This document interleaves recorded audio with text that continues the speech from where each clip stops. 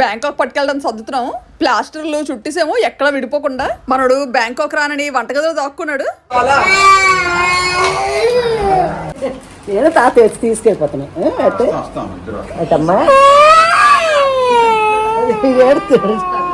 Airport లోని face detect అవ్వకుండా powder ఎలా రాసుకుందో. కలర్ఫుల్ కొరకు చీర. చిన్నమ్మకి గుండు చేయించారు అందరూ దగ్గరుండి. కంపరంగా ఉందా? చేతులు కాలుతుండగానే ముక్కలు చేస్తున్నట్టున్నారు. నేను సూట్ కేసు మర్చిపోలేదు. సూట్ కేసు కోసం ఎలా పరిగెత్తామంటే అలా పరిగెత్తాం. ఇది ఫుల్ గా ఈ లారీల నిండా మేకలు గొర్రెలే. ఏకంగా లారీస్ నిండా కుక్కిసారు.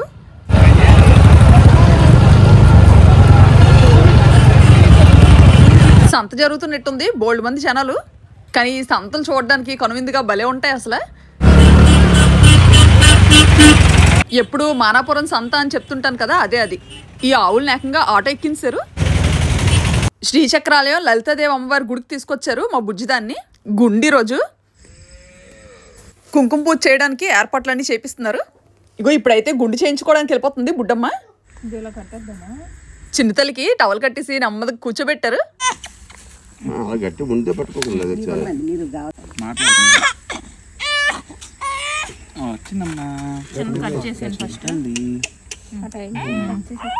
చక్కగా ఇక్కడ ఎంత ప్రశాంతంగా ఉంటుందో. చిన్నమ్మ అస్సలు తల పట్టుకోనివ్వట్లేదు. కానీ నెమ్మదిగా ఎలవలా చేయించుకుంది గుండు. ఎంత క్యూట్గా ఉందో. గుండుకి కొబ్బరి నీళ్ళు రాశారు చల్లగా ఉంటుందని. అస్సలు ఇంత పిసరా యాసలేదు మా క్లింకారాకి. ఇక్కడ పూజలు మనలాంటి సాధారణమైన ఆడవాళ్ళు చేయిస్తారు. ఈ కొత్త సంవత్సరం ఫస్ట్ వీడియో లలితమ్మ వారితో మొదలు పెట్టడం చాలా హ్యాపీగా ఉంది. గుండుతో పాటు అన్నప్రాసన కూడా ఇక్కడే చేయించేస్తున్నారు. మరెందుకని రెండింటికి ఒకే రోజు ముహూర్తం పెట్టించారు. తాతయ్య అమ్మమ్మ తినిపిస్తున్నారు. ఇంకా బుడ్డిదానికి రేపటి నుంచి చక్కగా అన్నం కలిపి పెట్టియచ్చు. పరమాన్నం నచ్చినట్టుంది చిట్టుదానికి. ఫస్ట్ టైం తాతయ్య తినిపిస్తుంటే చక్కగా తింటుంది. తీయగున్నట్టుంది. మా తమ్ముడు ఏకంగా పెద్ద స్పూన్తో తీస్తున్నాడు. ఏకంగా పెద్దోళ్ళకి తినిపిస్తున్నట్టు. షుగర్ అది చాలా తక్కువ వేసి చేశారు. మెయిన్ పిల్లలకి ఇలా చంటి పిల్లలప్పుడే పంచదార అనేది అలవాటు చేయకూడదు ఎక్కువ. మన చిన్నప్పుడు ఎంత పంచదార తినేవాళ్ళం అంటే దొంగతనంగా తినేసేవాళ్ళం నేను మా తమ్ముడు. ఇప్పుడైతే అసలు తినద్దు అంటున్నారు. చాలా డేంజర్ అంట షుగర్. పిండితోటి పిల్లల రిలేషన్ ఎంత బాగుంటుందంటే మాటల్లో చెప్పలేము. The best. అసలే మా అమ్మగారికి లలితమ్మ వారు అంటే ఎంత ఇష్టం. అందుకే ఫస్ట్ ఇక్కడ తీసుకొచ్చారు చిన్నదాన్ని. కొంచెం ఏడ్చింది కానీ బాగానే చేయించుకుంది గుండు. ఈ టెంపుల్లో ఉండే ఆడవాళ్ళందరికీ చీరలు తెచ్చారు మా అమ్మగారు ఇవ్వడానికి. ఇదిగో క్లింకారా చేతుల మీదుగా అందించారు అందరికి. చాలా చక్కటి పేరు పెట్టారు. మంచిది. అమ్మాయికి ఇటువంటి పుణ్యక్షేత్రంలో అన్ని జరగడం అనేది, ప్రథమంగా ఇక్కడ పుస్తకాలన్నీ తీయించడం అనేది ఒక అదృష్టకరమైన విషయం. మీ తాతలు అమ్మమ్మలు వాళ్ళ తల్లిదండ్రులు అమ్మవారిని మొక్కుకున్న ప్రసాదం కింద ఆడపిల్ల కావాలి. మాకు ముందు పిల్ల ఆడపిల్ల పుట్టింది మనవరాలు. ఆడపిల్ల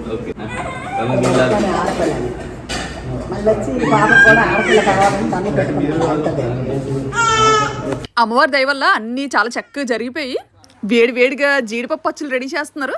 అబ్బా మెరిసిపోతుంది ఒక్కొక్క పలుకు. పిన్ని పాకం తిప్పుతున్నారు. లోపల బెల్లం పాకం. ఇంతకు ముందు ప్రసాదం పులిహోర బాగా చేస్తారని చెప్పాను కదా, అవే కాదు ఈ స్నాక్ కూడా చాలా బాగా చేస్తారు. జీడిపప్పు పచ్చలు బాగానే ఉంది. కలర్ఫుల్ కొరకు చీర. అమ్మ పిండి బెల్లం పాకం. జీడిపప్పు పచ్చలు మాత్రం మంచి టేస్ట్ వచ్చే పిండి. ఇలా జీడిపప్పు నెయ్యిలో వేయించి పక్కన పెట్టడం. మేము సగం సైడ్ చేసేస్తున్నాము. లైట్ గా కారం తగిలించుకొని నేను శృతి పరుకు ఆడించేస్తున్నాము. శృతి సన్నని సెగ మీద వేయించిన నేతి జీడిపప్పులు. ఇవి వేడి చల్లారిపోయినట్టున్నాయి. అన్ని ఇరుపుతున్నారు దగ్గరుండి. 2-3 నెలలైనా ఎక్కడ ఇంత పిసరు కూడా పాడవంట. ఎప్పుడు వెళ్ళినా సరే చేపిస్తారు మా అమ్మగారు. మనం మాత్రం పట్టుకెళ్ళిన 4 రోజులకే పరపరలాడించేస్తాము. ఈ అచ్చులు ఇంకా ఇప్పుడే వేసారు వేడివేడిగాన పల్లెల్లో. అవి ఆరిన తర్వాత అవి కూడా కట్ చేసేద్దాం. 1 2 3 4 ఇంకా వద్దొద్దని వర్మ గారు ఆపారు కాబట్టి సరిపోయింది. లేకపోతే మా అమ్మగారు 10 పల్లెలు చేస్తారు. ఇంకోటేమని చిన్నది చిన్నది ఇవ్వండి. ఇంకోటేమని చిన్నది అందుకోండి. ఇందాకటి నుంచి అడుగుతున్నాను, నాకు ఇవ్వట్లేదు. కానీ అత్తగారు అల్లుడు గారు మాత్రం బాగా అనిపిస్తారు అన్ని. అందుకే నేను ఇవి ఇరపడంలో కూడా హెల్ప్ చేయట్లేదు. పిల్లలకి రోజు స్కూల్కి పెట్టడానికి అనమాట ఈ స్నాక్స్. దీని తర్వాత నువ్వులు బెల్లం కూడా కలుపుతాను అంటున్నారు. మా నలుగురికి 80 కేజీలు అంటే దగ్గర 100-120 కేజీల దాకా సర్దుతారు. అందుకే బయలుదేరే ముందు వెయిట్ చూసుకొని చాలా మట్టుకు వదిలేస్తుంటాము, తిడుతుంటారు అనమాట. టైం అయిపోతుంది, లగేజ్ ప్యాక్ చేసుకుందాం, పడుతుందో పట్టదో. సూట్ కేసు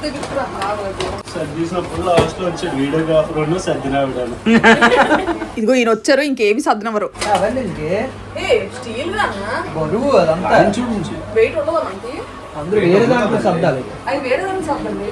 ఎందులో సర్దాలు చెప్పండి.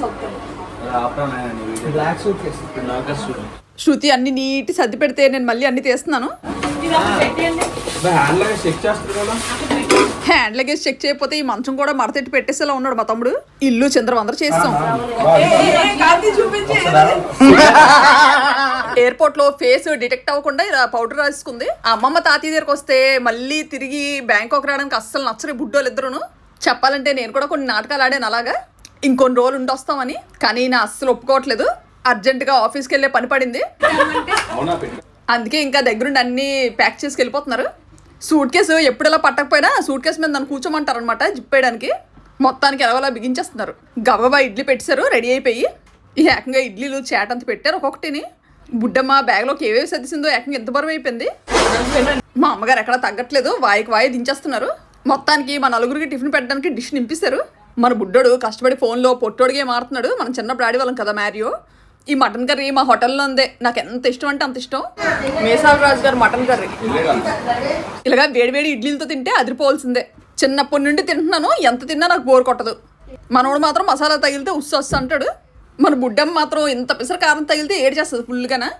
అందుకే మా మమ్మీ పీసెస్ కడిగేసి పెడతారు గ్రేవీ లేకుండా. విచిత్రం ఏంటంటే బెల్లంతో వండిన కారం అంటది. టీషర్ట్కి పూసుకోకుండా తినమంటున్నాను. ఈయన అప్పుడే క్రాఫ్ట్స్ అద్దీసుకుంటున్నారు. బాగున్నారు కానీ అక్కడ ఇడ్లీలు చల్లారిపోతున్నాయి, రండి అంటే రావట్లేదు.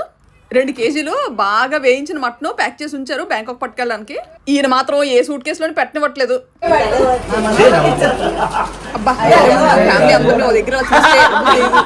ఈయన మాత్రం కళ్ళకి గంతలు కట్టి మరీ తీసుకెళ్ళిపోతానంటారు. కోడల పిల్ల బేబీ క్రీమ్ రాసుకున్నట్టున్నారు, ముఖం మెరిసిపోతుంది. బుడ్డడు ఇప్పుడు వరకు ఎక్కడే కూర్చున్నాడు. కరెక్ట్ గా బయలుదేరే టైంకి ఎక్కడికి వెళ్ళాడు అనుకుంటే ఇదిగో సైలెంట్ గా వంటగదిలో దొరికాడు. రావా ఏ రావా ఏమి ఇండియాలో ఉండిపోతావా ఉండిపో. బాయ్ నాన్న, బాయ్. అయ్యో ఇషాన్ $1 మిలియన్ సెలెక్ట్ వస్తాడు మరి ఇషాను. చక్కగా వంటగదిలోకి వచ్చి దాక్కున్నాడు. నా చిట్టి బంగారం నిన్ను వదిలించాలి. నా బంధాలు నన్ను వదిలి చొందగలవా నువ్వు అంటున్నాడు. హీరోలో రెడీ అయ్యాడు నా బంగారు. దారా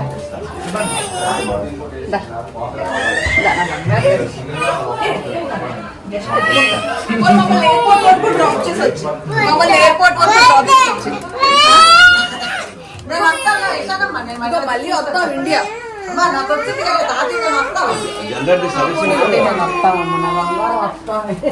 నేను తాత వచ్చి తీసుకెళ్ళిపోతున్నాను. అమ్మా ఏడుతాడు.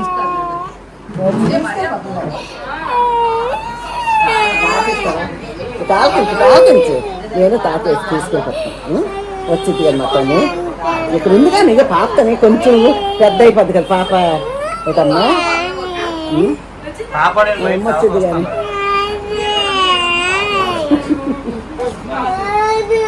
వెళ్ళిపోదు.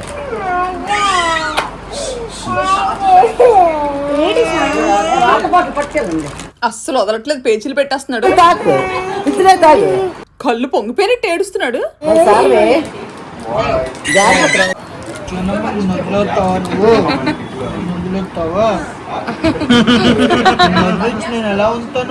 మా అమ్మ తాతలు గారాబం కాదు కానీ మనోడికి ముద్దు ఎక్కువ అయిపోతుంది.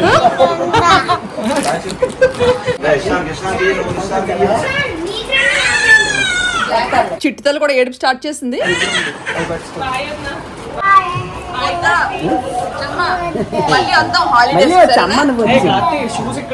రావడానికి ఇష్టపడట్లేదు, బ్యాంకాక్ వెళ్ళడం. పోనీ ఇక్కడ అమ్మమ్మ దగ్గర ఉండి ఏం చేస్తాడో అడుగుదాం. ఏం చేస్తావు? చదువుకోవాలి కదమ్మా. ఆడుకుంటావా మరి? తీసుకెళ్ళి మరి జాబ్ చేసి అమ్మమ్మకి ఏదో కొంటానన్నావు, చెయ్యి కొంటానన్నావు, గోల్డ్ చెయ్యను. అసలే ఇంకో 4 రోజుల్లో పరీక్షలు ఉన్నాయి మన చిన్నోడికి. మనోడి ఫ్రెండ్స్ చిప్స్ ప్యాకెట్లు తెచ్చారు ఇందాకలా. కొన్ని ప్యాకెట్లు చూపించిన అమ్మ తీసుకెళ్ళిపోదాం అంటే అమ్మమ్మని వదలట్లేదు అస్సలు. వీళ్ళిద్దరితో పెట్టుకుంటే ఫ్లైట్ మిస్ అయిపోయేలా ఉన్నాం. షూస్ కూడా వేసుకోవట్లేదు.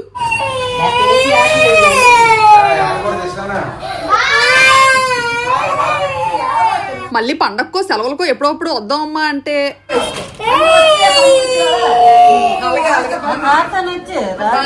బుడ్డోడు ఏడుస్తుంటే అక్కడ మా మమ్మీ శృతి ఇద్దరు ఏడ్చేస్తున్నారు.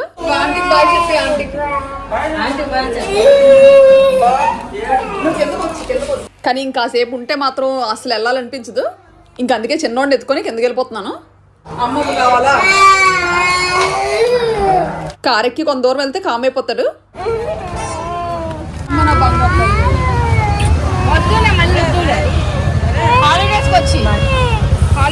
మాల్ని ఇంకా కిందకి దిగద్దని చెప్పాను. మన బుజ్జిగాడు కారు ఎక్కినా ఆపట్లేదు ఏడుపు. ఈయనకి ఫుల్గా టెన్షన్ వచ్చేసి చెమటలు వచ్చేస్తున్నాయి. మనోడు ఆడడం కాదు కానీ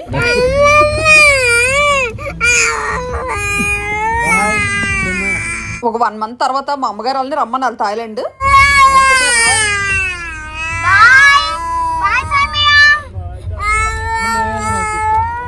అబ్బా కొండ మీద నామాలు ఎంత బాగా వెలుగుతున్నాయో. సింహాద్రప్పన్ స్వామికి దండం పెట్టుకుని వెళ్ళిపోదాము, అంత మంచిగా జరగాలని. మనము అడుగు పెట్టబోతున్న 2026 సంవత్సరం అందరికీ చాలా మంచిగా ఉండాలి. Simhachalam bus station. ఈ December 31 సెలబ్రేషన్స్ అని అవని ఇవని నైట్ కొంచెం అందరూ చాలా జాగ్రత్తగా చేసుకోండి. ఎక్కువ రోడ్ల మీద తిరగద్దు, సరదాగా ఇంట్లో ఫ్యామిలీతో చేసుకోండి. అసలు ఇప్పుడు చాలా రెస్ట్రిక్షన్స్, పోలీసు చాలా స్ట్రిక్ట్ గా యాక్షన్ తీసుకుంటున్నారు. వచ్చాము ఎయిర్పోర్ట్ కి, మన ఫ్లాగ్ అలా ఎగురుతూ కనిపిస్తుంటే గొప్ప మనశ్శాంతిగా ఉంటుంది. జాగ్రత్త పడిపోతావు. చూసారా మనోడు ఆప్సైడ్ బుద్ధిమంతుల్లో కూర్చున్నాడు చక్కగాన. ఈ ట్రాలీ ఎక్కడం అంటే ఎంత ఇష్టమో. నేను సూట్ కేసు మర్చిపోలేదు. సూట్ కేసు కోసం ఎలా పరిగెత్తామంటే అలా పరిగెత్తాం. ఇది గేట్ దగ్గర మర్చిపోయాం అనమాట. లక్కీగా గుర్తు చేశారండి, లేకపోతే అయిపోయింది పని. కార్తమ్మ మర్చిపోయింది సూట్ కేసు. వద్దు వద్దు అంటే సూట్ కేసు పట్టుకుంటుంది, ఇలా వదిలేసి వచ్చేస్తుంది ఎక్కబడితే అక్కడ.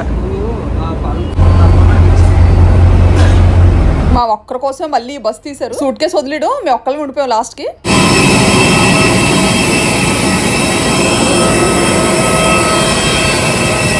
ఇంజిన్ సౌండ్ చెవులోకి వచ్చి అరిచినట్టే కండబేర్లు బద్దలైపోతున్నాయి. బుడ్డి చెవులు మూసుకుంటుంది. మనోడికి ఒకటి చాలలేనట్టు 2 నెక్ పిల్లలు తగిలించుకున్నాడు మెడకి. అసలు ఉన్నదే ఎంత పెసరా మెడ. అమ్మ ఇప్పుడు చూడగలుగుతున్నాము ఫేస్. ఇందాకలా మనోడు ఏడ్చినప్పుడు గొప్ప బాధ వచ్చింది. ఇలాగనా వాచ్లో సెల్ఫీ వీడియో తీసుకుంటుంది, అందరికీ బాయ్ చెప్తున్నట్టు బుడ్డిది. వైజాగ్లో టేక్ ఆఫ్ అయ్యి హైదరాబాద్లో ల్యాండ్ అవ్వబోతున్నాం. జస్ట్ 50 నిమిషాలే ప్రయాణం. ఒకప్పుడు వైజాగ్ నుండి డైరెక్ట్గా వెళ్ళిపోయేవాళ్ళం ఒక 3 గంటల్లోని బ్యాంకాక్. ఇప్పుడు కనెక్టింగ్ ఫ్లైట్ తీసుకొని వెళ్ళాల్సి వస్తుంది. మన వాళ్ళు ల్యాండ్ అవుతున్నాం అనగా రెప్పేస్తున్నారు. నైట్ జర్నీస్ పిల్లలతో మామూలుగా ఉండదు. సిటీ లైట్స్తో వెలిగిపోతుంది. చిన్నమ్మని లేపేద్దాం. ఇలా నిద్ర మధ్యలో లేపితే కొన్నిసార్లు అల్లరి చేసేస్తారు. మనోడికి మళ్ళీ పాత జ్ఞాపకాలు గుర్తొస్తున్నట్టున్నాయి. అటు ఇటు చూస్తున్నాడు అలాగా. అసలు చల్లగా చలి కాదు కానీ ముక్కు పట్టేస్తుంది ఎలాగంటే అలాగా. వాళ్ళెవరు మాస్క్ పెట్టుకోవడానికి నచ్చట్లేదు, అందుకే నేను తగిలించుకున్నాను.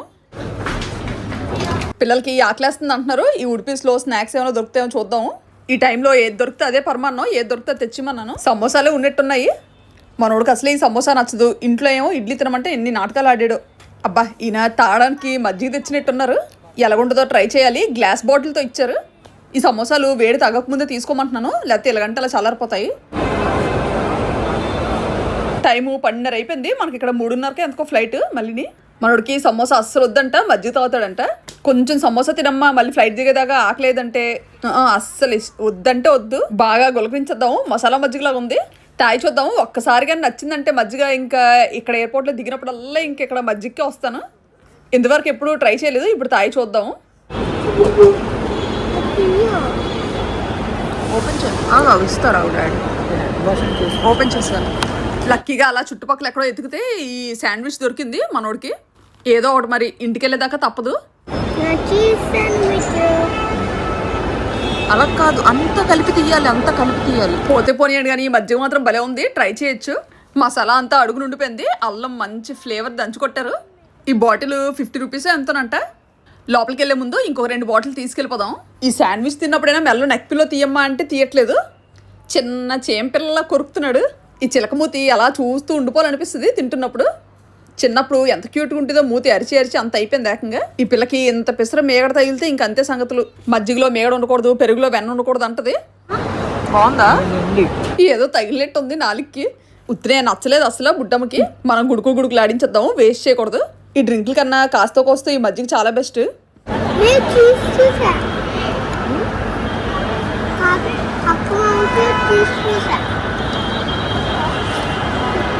మనోడు ఇప్పుడు నోరు తెరిచి మాట్లాడుతున్నాడు, ఎంతవరకు డల్గా ఉన్నాడు. అలాగా మనోడు ఏడుస్తుంటే నాకు నా చిన్నప్పుడు రోజులు గుర్తొచ్చాయి. సేమ్ సెలవులు అయిపోయిన తర్వాత అమ్మమ్మ ఇంటి నుంచి రావడానికి ఎంతో అలర పెట్టిదాన్ని. కంపరంగా ఉందా? బానే ఉందా? మజ్జిగ మాత్రం అదిరిపోయింది, మామూలు లేదు మజ్జిగ. చక్కగా ఇలాగా గ్లాస్ బాటిల్లో ఇస్తున్నారు. జీలకర్ర అన్ని అడుగు నుండిపోయి. తినేసిన తర్వాత కొంచెం కొంచెం తాగితే దెబ్బ కరిగిపోద్ది తినిది. అబ్బా నవ్వొస్తుంది నెమ్మదిగా. గతం మర్చిపోయినట్టున్నాడు. వాళ్ళ అక్కకి షేర్ చేశాడు శాండ్విచ్. వీళ్ళిద్దరూ అప్పుడప్పుడు కొట్టించుకుంటారు, కానీ కొన్నిసార్లు మాత్రం ఆప్యాయతలు అనురాగాలు మరీ ఎక్కువైపోతుంటాయి. ఇలాగే వీళ్ళు పెద్ద అయినంత వరకు ఉండాలని దేవుని మనస్ఫూర్తిగా కోరుకుంటున్నాను. ఎంత తిన్నా ఇక్కడే తినమని చెప్తున్నాను. మరి ఫ్లైట్లో నూడిల్స్ అడిగితే కొనని చెప్తున్నాను. మనోడికి మాత్రం నెమ్మదిగా డబ్బా నూడిల్స్ తినడం మాత్రం మానిపించేస్తున్నాను. ఈరోజు ఏ ఊరు పండిందో ఒక బుల్లి శాండ్విచ్ కంప్లీట్ చేశాడు. ఇడ్లీ తినకపోవడం బాగా ఆకలేసినట్టుంది.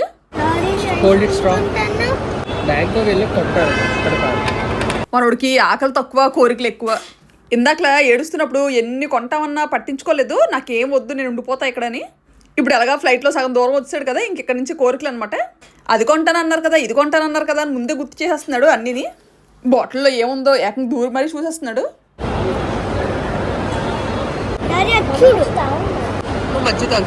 అలా అక్కడ ఏదో జ్యువెలరీ షాప్ కనిపిస్తుంది. సరదాగా అలా వెళ్ళడం అంటే వద్దేస్తున్నారు ఈయన. విచిత్రం ఏంటంటే ఈ మధ్య బుడ్డోడు కూడా భయపడుతున్నాడు నేను షాపింగ్కి వెళ్తానంటే. డాడీ నేర్పించినవే. నైట్ అయిపోయినా కానీ ఎయిర్పోర్ట్ చాలా నిండుకు కనిపిస్తుంది, హైదరాబాద్ ఎయిర్పోర్ట్. ఈ లిఫ్ట్లో పైకి వెళ్ళిపోదాం.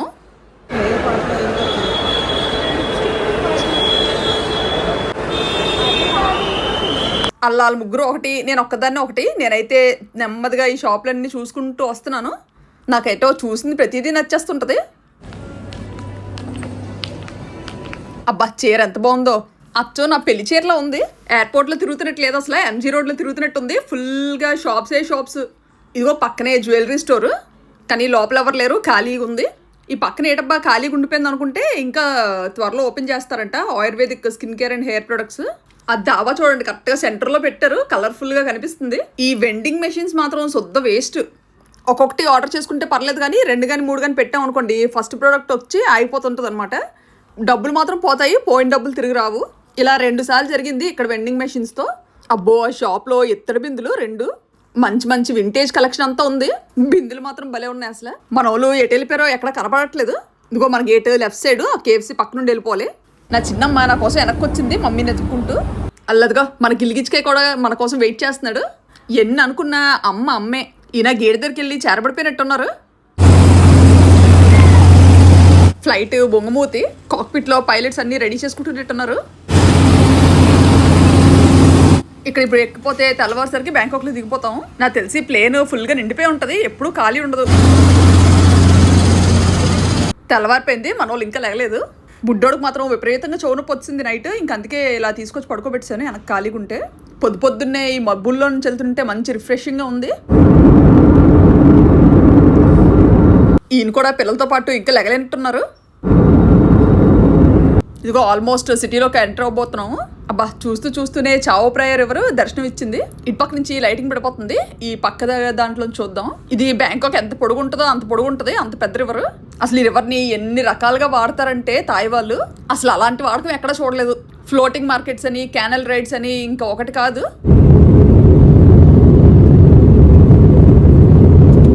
ఈ వింగ్ నెమ్మదిగా పైకి వస్తుంది. ఫ్లైట్ టర్నింగ్ తిరుగుతున్నట్టుంది. ఏకంగా ఈ హ్యాండ్ రెస్ట్ కిందకి వెళ్ళిపోయాడు. ఇగో అన్ని పంట పొలాలే. థాయిలాండ్లో కూడా రకరకాల రైస్లు తెగ పండిస్తారు, బియ్యం ధాన్యం. మన వైపు సోనా మసూరి లాగా ఇక్కడ జాస్మిన్ రైస్ అలాంటివి దొరుకుతాయి. ఇదిగో ఇవన్నీ పంట పొలాలే. అసలు ఈ థాయిలాండ్లో మనం ఇప్పటి వరకు చూసింది రవ్వంతా, చూడాల్సింది ఇంకెంతో ఉంది.